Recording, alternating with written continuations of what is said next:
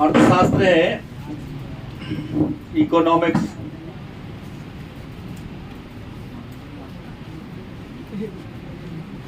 पाठ संख्या 6। ऐसे आगे हम लोग 10-11 पढ़ चुके हैं, दोनों सेम है। उत्पादन फलन, उत्पादन फलन टॉपिक पर हम लोग चर्चा करेंगे। इसमें बहुत सारी बातें आती हैं। पाठ का नाम क्या है? उत्पादन। सबसे पहला प्रश्न आपके मन में होगा कि उत्पादन क्या है? उत्पादन क्या है, या उत्पादन से आप, उम्मीद है पाठ 1 में ही हम लोगों ने पढ़ लिया था, किसी वस्तु के उपयोगिता को वृद्धि कर देना। याद होगा शायद।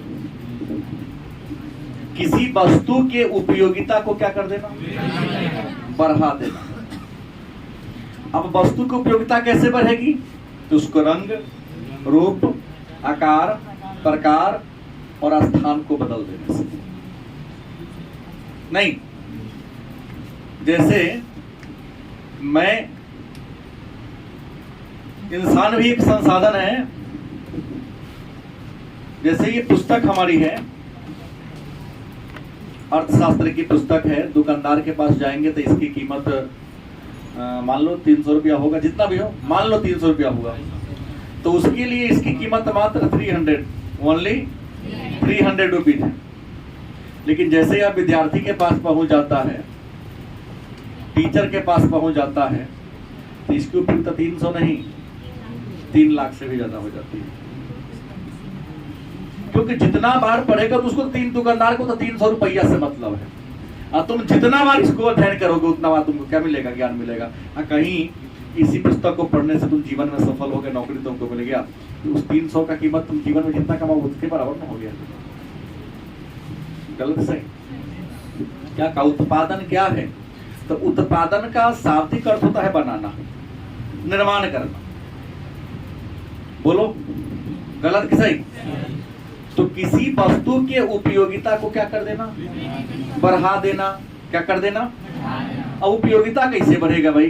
तो आपके खेत में गेहूं बचता है, आपने गेहूं का बना दिया आटा मिल में पिसवा के, तो आटा के तुलना में, गेहूं के तुलना में आटा का कीमत क्या हो गया? उपयोगिता क्या हो गई? अच्छा, उस आटा का बिस्किट बना दो, रोटी बना दो, ब्रेड बना दो। मतलब जैसे जैसे उसके रंग, रूप, आकार, प्रकार को आप चेंज करते जा रहे हो। गलत कि सही?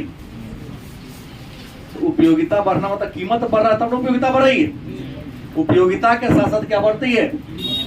तो किसी वस्तु के उपयोगिता को बढ़ा देना क्या कहलाता है? उपयोगिता बढ़ाना माने कीमत बढ़ाना। यह सीधा बात होगा, दे सकता हूं परिभाषा कि वस्तु के मूल्य में वृद्धि करना ही उत्पादन है।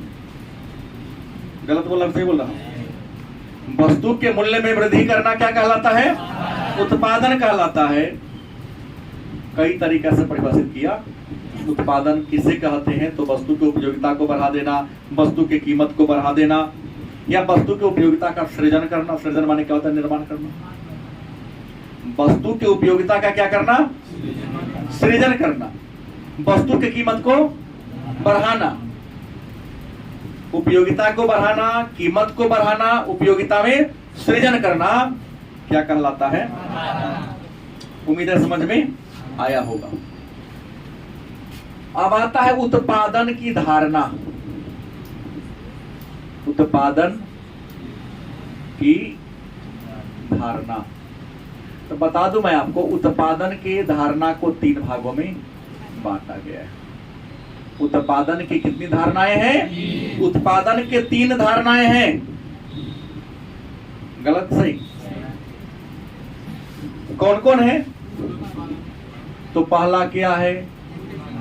कुल उत्पादन।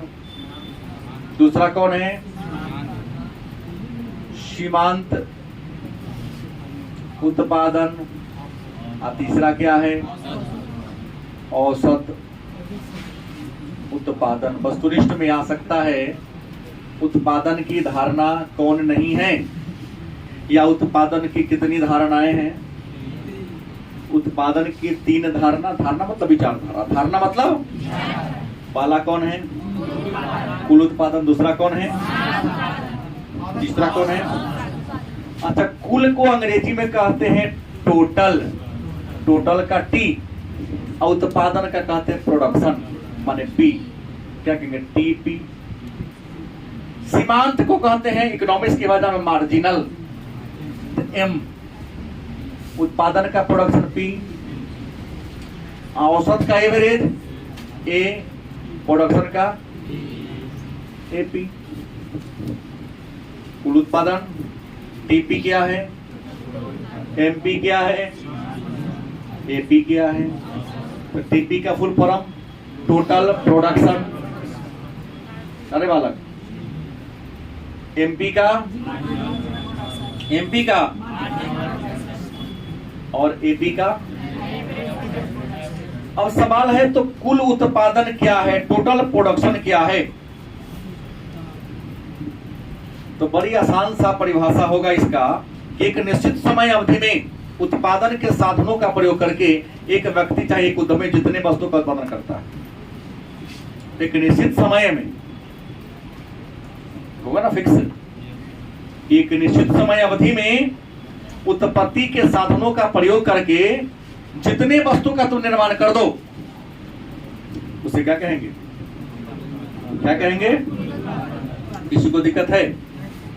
टीपी का फॉर्मूला होता है, इसका फॉर्मूला होता है टीपी बराबर क्या होगा? वस्तुनिष्ठ में प्रश्न डाल सकता है। टीपी का सूत्र लिखे तो सिग्मा एमपी, सिग्मा एमपी मतलब क्या होगा? मार्जिनल प्रोडक्शन का योग। मैंने जितना भी सामान बनाया हो सबको जोड़ दे तो क्या निकल गया? नहीं।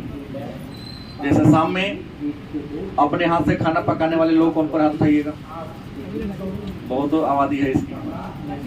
याद है? बैठ के खाने वाला है। कितने रोटे बनाते हैं? कौन प्याज जौन वाला खाता होगा वो?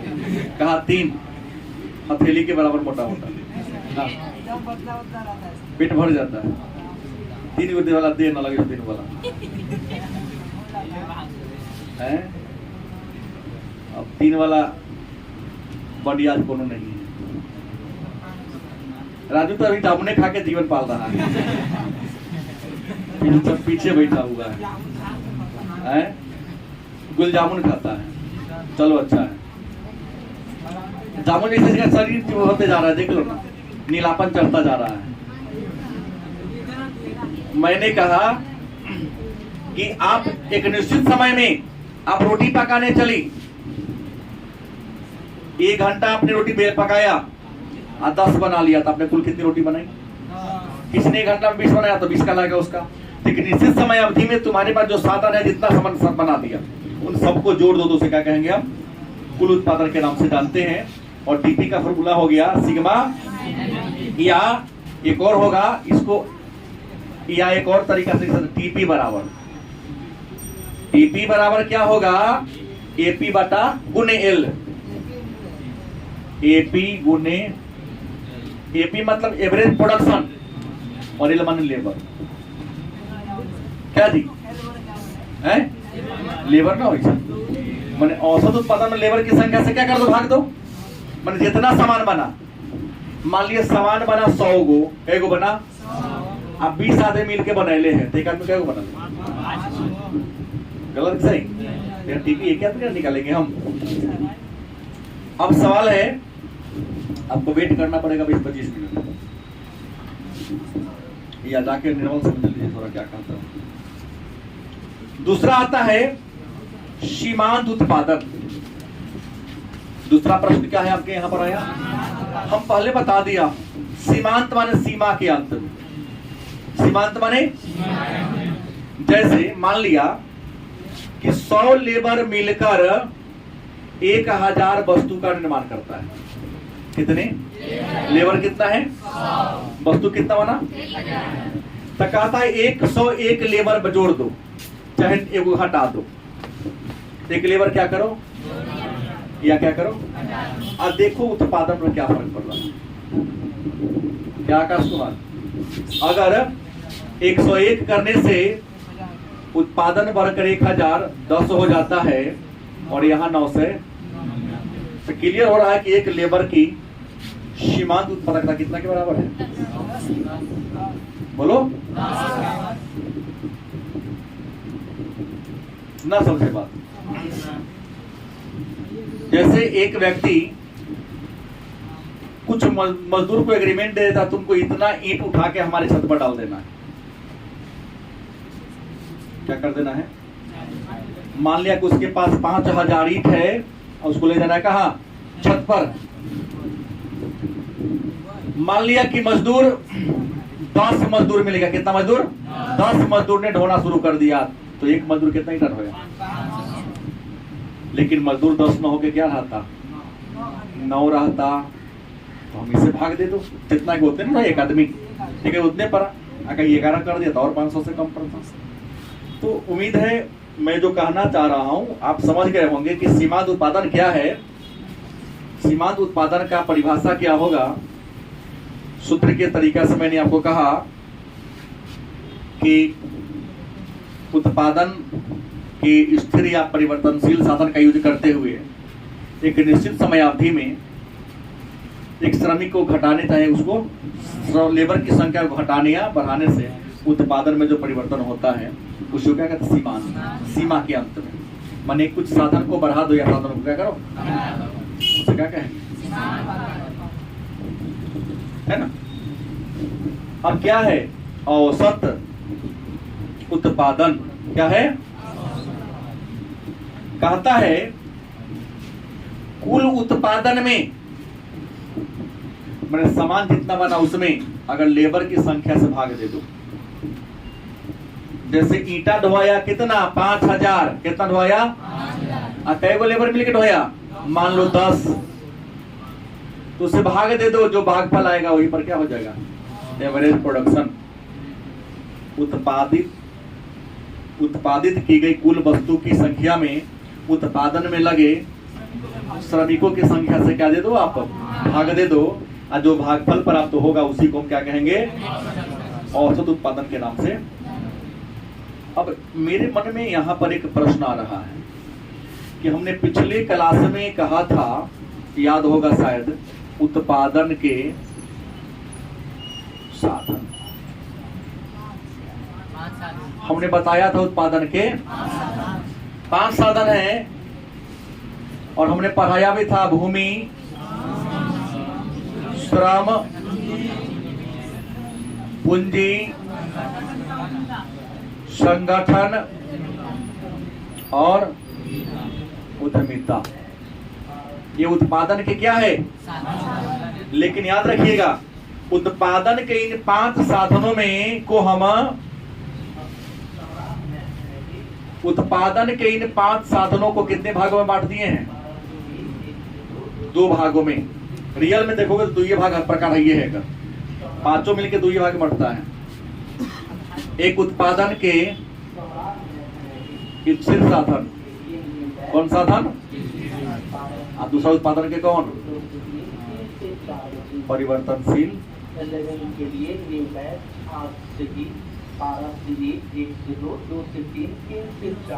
क्या जी? गलत सही? उत्पादन के जो ये साधन हैं, इन सारे साधनों को कितने वर्गों में बांटा जा सकता है? 2। पहला कौन है? स्थिर साधन। और दूसरा कौन है? कहोगे स्थिर साधन किसे कहते हैं? तो उत्पादन के वह साधन, चाहे समान एगो बनाओ चाहे 1 लाख बनाओ, उसके मात्रा को घटाना संभव क्या जी? उत्पादन के कुछ ऐसे साधन हैं, चाहे वो पर समान एगो बनाओ चाहे 1000 बनाओ, उसके मात्रा को घटाना संभव है ना? उस साधन का पूरा यूज करना होगा। जैसे आप सामान्य सी बात है, आप रोटी पकाने चलती, तो जो 100 रोटी बनाए 100, आपको 1 रोटी बनाए 100, तावा तो बराबर गर्म, एक संपूर्ण गर्म होगा। 1 रोटी बनाने तरीका कौन गर्म होगा? 1 रोटी पक जाएगा है? समझ नहीं ना? तो उत्पादन के वह साधन है जिसको समय कम हो अवधि छोटा हो या अवधि बड़ा हो कोई मायने नहीं रखता है, आपको हमेशा उसका पूरा यूज करना होगा, जिसको घटाना बढ़ाना संभव नहीं। उत्पादन के वह साधन जिसको आप काम में ले रहे हैं तो उसकी पूरी मात्रा का यूज आपको करना पड़ेगा, उसके मात्रा कम बेस कर तो उसे क्या कहेंगे,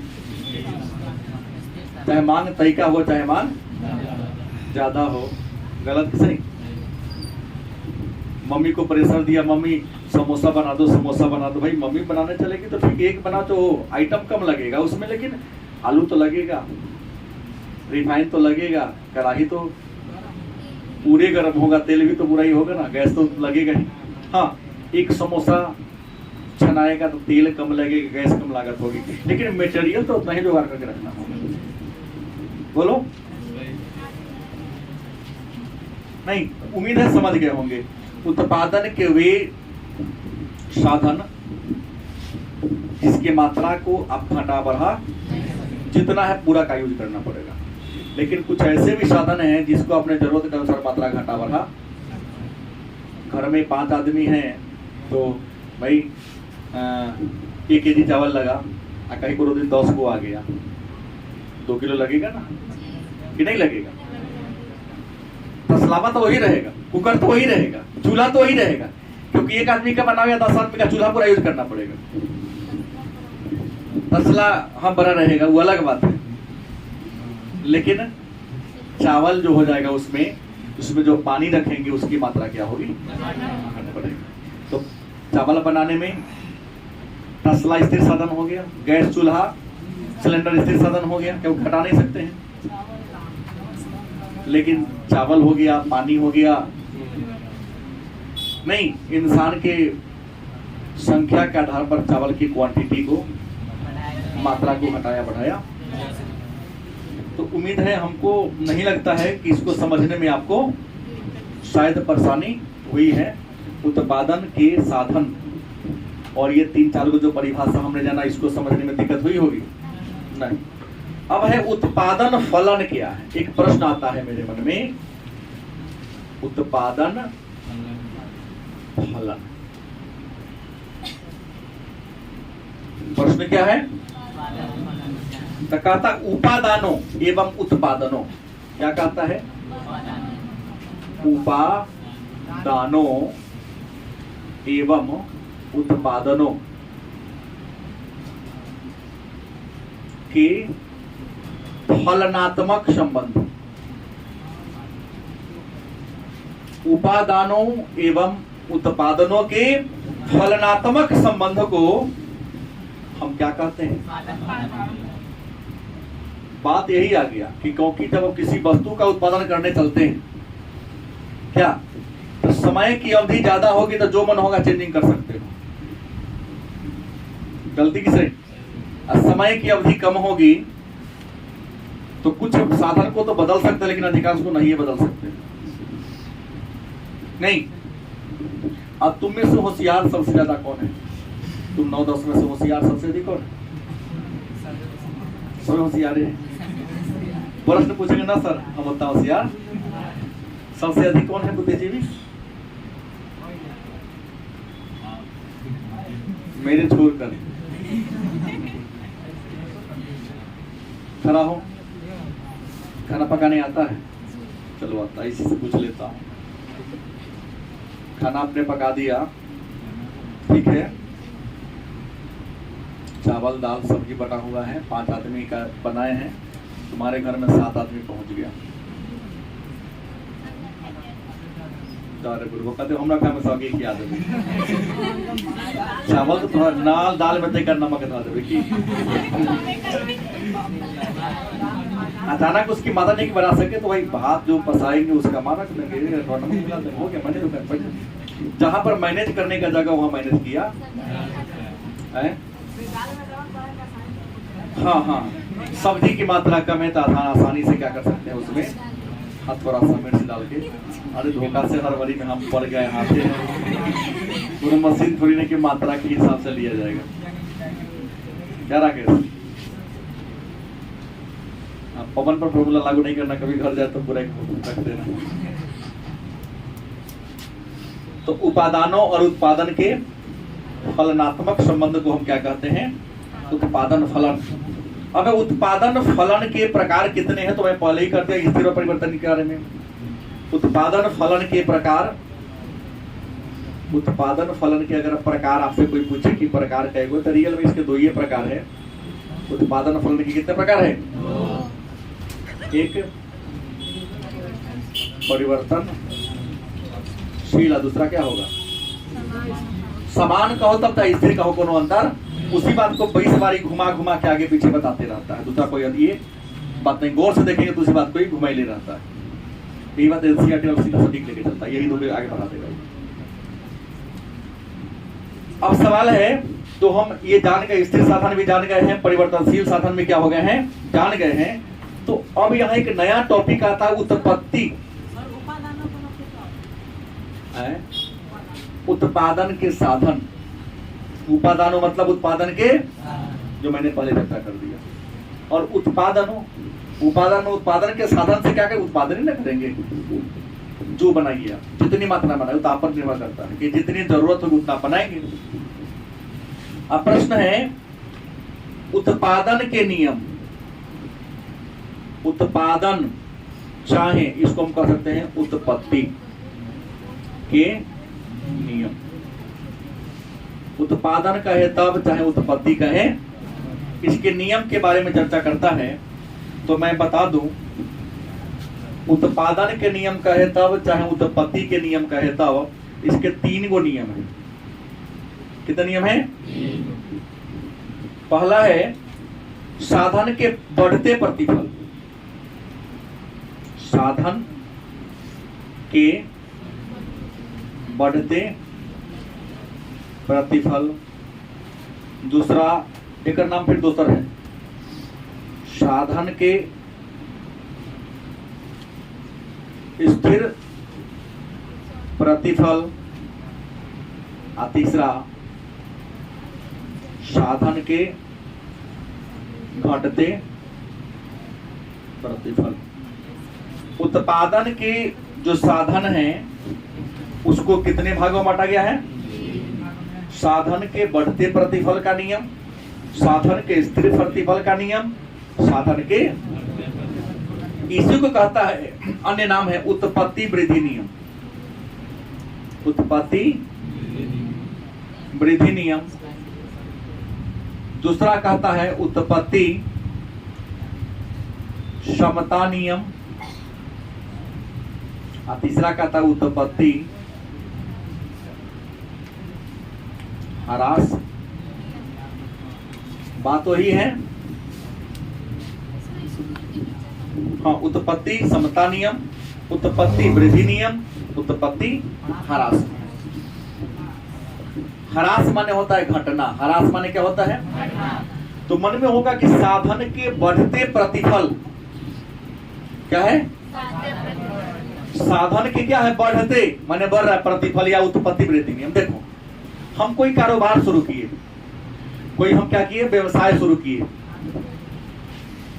तो व्यवसाय शुरू किए, तो व्यवसाय में हमने काम शुरू कर दिया है, तो पूंजी लगाया, पूंजी में वृद्धि की बात करते हैं, और उत्पादन में वृद्धि। उत्पादन में, अच्छा, पूंजी बढ़ाएंगे तो उत्पादन तो बढ़ेगा। भाई 1 लाख में दुकान खोलो होकर मुनाफा, कोनो 10 लाख लगा के दुकान खोलो होकर मुनाफा, दोनों में बराबर हो, क्या अंतर होगा? भाई जितना इन्वेस्टमेंट होगा उस तरीके से मुनाफा भी तुम्हारा बढ़ेगा। इस बात के समझने में कठिनाई है तो बोलिए, नहीं होनी चाहिए। तो कहता है कि पूंजी में वृद्धि करते हैं 20%। क्या परसेंट? उत्पादन में वृद्धि हो जाए 22%। यदि कोई व्यक्ति उत्पादन के प्रक्रिया के दौरान उत्पादन के साधनों में या पूंजी में बढ़ोतरी कितना कर दिया, तो उत्पादन उसका बढ़ गया। ठीक है, साधन के या भारी है नहीं, लेकिन भारी लगेगा कब? जब दिमाग से नहीं सोचोगे। बैठा लीजिए, उसको लगा कि लिस्ट में हो चुका। प्रश्न है साधन के बढ़ते प्रतिफल या उत्पत्ति वृद्धि नियम क्या है? तो मैंने क्या कहा कि जिस अनुपात में या जिस प्रतिशत में हम उत्पादन करने के लिए या बिजनेस में पूंजी बढ़ाते हैं या पूंजी लगाते हैं, उससे ज्यादा अनुपात में हमारा उत्पादन या लाभांश बढ़े तो क्या कहेंगे? उत्पत्ति के वृद्धि नियम या बढ़ते प्रतिफल का नियम। गलत सही? दूसरा कहता है साधन के स्थिर प्रतिफल का नियम क्या है? तो सीधा हिसाब से जिस अनुपात में पूंजी बढ़ाते हैं वही अनुपात में हमारा लाभो बढ़े। माने पूंजी बढ़ा दिए 20%, लाभो बढ़ गया। जितना परसेंट पूंजी बढ़ाए यदि लाभ भी उतना ही परसेंट बढ़े तो क्या कहेंगे? साधन के या उत्पत्ति समता नियम, बराबरी का नियम। गलत कि सही? तीसरा का तो घटते प्रतिफल का नियम।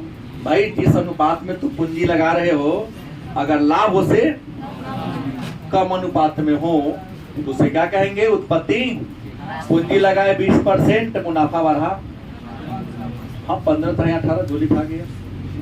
मतलब जिस अनुपात में पूंजी लगाते हैं यदि उसे ज्यादा अनुपात में उत्पादन में बढ़ोतरी हो तो उसे उत्पत्ति वृद्धि नियम या साधन के बढ़ते प्रतिफल के नियम के नाम से जानते हैं। दूसरा, जिस अनुपात में हम पूंजी लगाते हैं उसी अनुपात में यदि उत्पादन में वृद्धि हो तो उसे उत्पत्ति समता नियम या उत्पत्ति स्थिर प्रतिफल का नियम कहते हैं। तीसरा कंडीशन, घटते प्रतिफल का नियम क्या है? तो जिस अनुपात में हम पूंजी इन्वेस्ट करते हैं उससे कम अनुपात में हमारा मुनाफा क्या हो? बढ़े तो उसे क्या कहेंगे हम? साधन के घटते प्रतिफल या उत्पत्ति। अब लगता है कि किसी को तकलीफ है तो हमसे पूछिए, नहीं तकलीफ है तो मैं इसका चित्र बना के आपको क्या कर दूं? समझा सकता हूं। बाकी इसमें इसका इंपोर्टेंस क्या है, महत्व क्या है, यही जानना है। रियल में एनसीईआरटी के अनुसार इतना ही आपको इसमें जानना है। अब इसके चित्र की बात करते हैं। उत्पत्ति समता नियम, उत्पत्ति ह्रास नियम कई बार पूछा गया है। रेखा चित्र की सहायता से 5 नंबर का प्रश्न है। उत्पत्ति वृद्धि नियम, समता नियम, उत्पत्ति ह्रास नियम को दर्शाना है। तीनों का परिभाषा लिख देना है और परिभाषा लिख के यहाँ पर पूंजी, यहाँ पर क्या लिखेंगे? मात्रा। गलती कि सही? तो यहाँ पर ऐसे चित्र बनाना है, फिर ऐसे बनाना है, फिर ऐसे घटा देना है। क्योंकि प्रारंभ में जब पूंजी लगाते हैं, कौन दुकानदारी नया शुरू करो ना, बेसिक बिक्री होता है। सब जानता, हम भी जानते हैं, तुम भी जानते हो। क्या हो? रेंटल नया दुकान खुला नहीं, नया नया चीज देख सकते। तो प्रारंभ में पूंजी लगाते हैं तो जिस अनुपात में लगाते हैं बढ़ता है। एक समय आता है, ये बात कुछ में लाइन में होता है। नया नया खुलेगा तो नया तो चल 2-4 महीना रहेगा, साल 2 साल खूब चले, उसके बाद ना ना खाली हाई फाई है। और हम लोग कहते स्टेबल हो चुके हैं, नहीं मतलब पत्थर हो चुके हैं, ठंडी गर्मी फर्क पड़ने वाला नहीं है। जितना फिक्स है उतना ही रहेगा, उतार चढ़ाव नहीं होता। इसलिए जीवन में कोई तनाव नहीं। नए वाले को टेंशन में जीना पड़ता है, अरे इतना आ गया इस साल, इस बार तो इतने घट गया। ऐसा हम लोग की लाइफ में नहीं। ऐसे भी हम भाग को भरोसा करने वाले, जो मेरे भाग में होगा भाग के आएगा, जो नहीं होगा कुछ को तो मैं ही भगा देता हूँ। तो प्रश्न है कि प्रारंभ में, ये बात को आप लोग समझदार हो चुके हैं, बड़े हो चुके हैं कि प्रारंभ में जिस अनुपात में पूंजी लगा तो उससे ज्यादा अनुपात में मुनाफा बढ़ता है, तो ऊपर जा रहा है। एक समय आता है, दुकानदारियों में फिक्स, शहर के कई दुकानदार फिक्स हर दिनों को 2 लाख का बिक्री होगा। गलत सही? फिक्स हो जाता है कि इतना का बिक्री होबे करेगा, उसका ग्राहक बंधा हुआ रहता है। पवन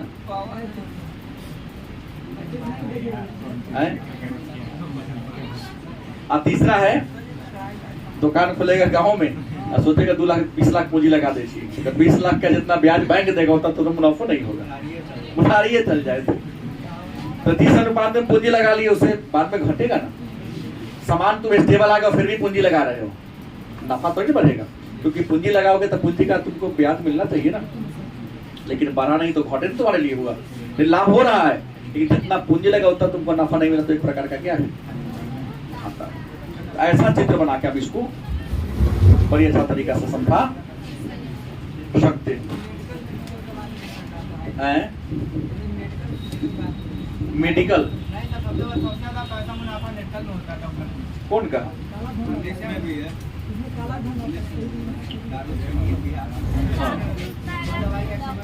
ऐसा कोई चित्र नहीं है। मेडिकल में कितना बर्बाद नहीं हो गया है, हो गया। हम तो सीधे जानते हैं जिस काम में तुम्हें रुचि हो ईमानदारी से करो, हर काम में पैसा है।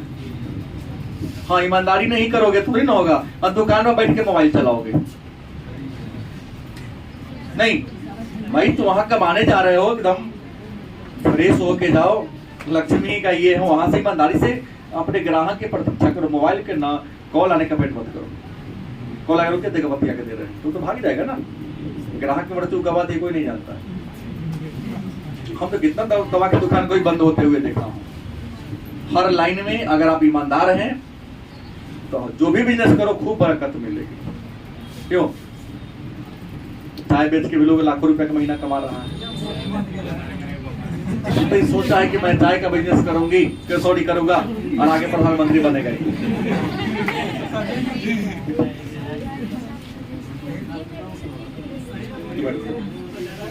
तो आज इतना ही ब्रेक करते हैं, इससे आगे हम कुछ टॉपिक है कल पढ़ेंगे और लिखेंगे।